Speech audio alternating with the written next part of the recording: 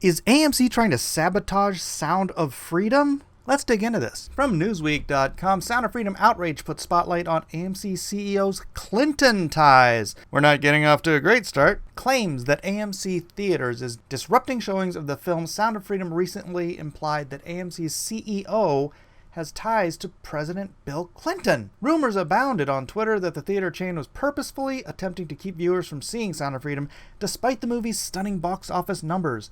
The movie, which is produced by and based on the life of anti-child sex trafficker campaigner Tim Ballard, beat Indiana Jones: The Dial of Destiny at the box office on its day of release, July 4th. However, claims on Twitter allege that the theater is trying to suppress viewership by a bizarre strategy such as disrupting showtimes with technical difficulties and broken air conditioning. One of the most recent conspiracy theories alleges that the theater is suppressing viewership because AMC CEO Adam Aron has ties to Clinton, who also has ties to convicted sex offender Jeffrey Epstein, who died in prison in 2019. So, don't know if any one of you have already been to see The Sound of Freedom, but my friends and I just walked out. We pre-ordered our tickets. Paid for them, they were claimed, got the link sent, and this is an AMC theater in Pineville, North Carolina. The tickets got refunded to my friend and we couldn't figure out why. So we come anyways to the theater after dinner and they're like, oh, well, we refunded all the tickets because there's no air conditioning in our theaters. So we get to thinking, why did they not send out a notice in the email saying, hey, we refunded your tickets because there's no air conditioning? There was no one in that theater. There was us four and four other people, 8 people in the theater on a Friday night. There was air conditioning in the lobby.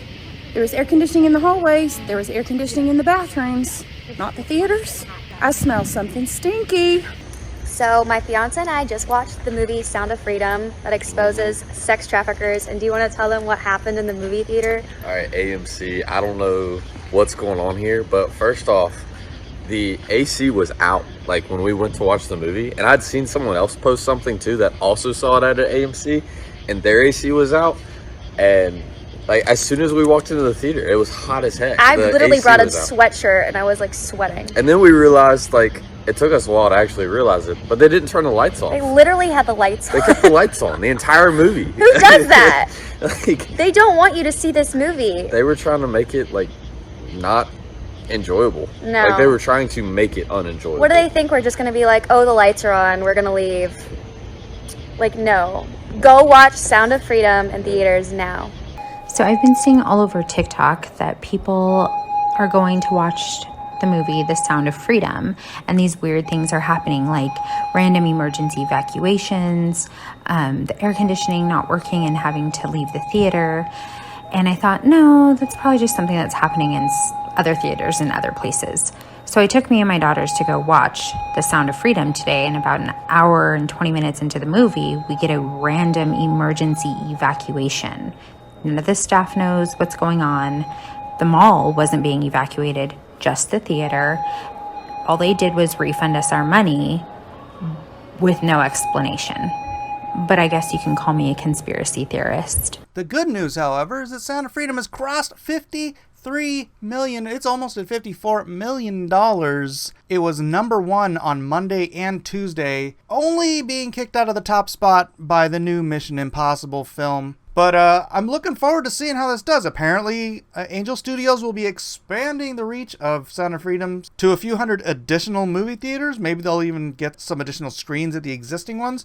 So really, it'll be able to compete better with the movies that are out there, considering some of these movies have multiple screens in the theaters, which makes it much easier for people to get in at their convenience to watch the films. What do you guys think? Can it make $100 million before it is taken off of theaters? I think so. I hope so. And if you didn't know, if you can't afford to go see it, but you just really want to so that you can be part of this movement, you can go see it for free. I have another video on this channel that explains how. It's under my Sound of Freedom review video. So please go check that out. Skip to the end if you want to, but it'll tell you how to get the free movie tickets, and it'll tell you how to pay it forward as well if you want to buy tickets for other people who might be having a hard time financially. Anyways, that's it for me today. My name is Mike. I'm the Unapologetic American. God bless you. God bless everyone. Like, subscribe, share, and again, yeah, Tell me what you think in the comments. I'll see you in the next video. America.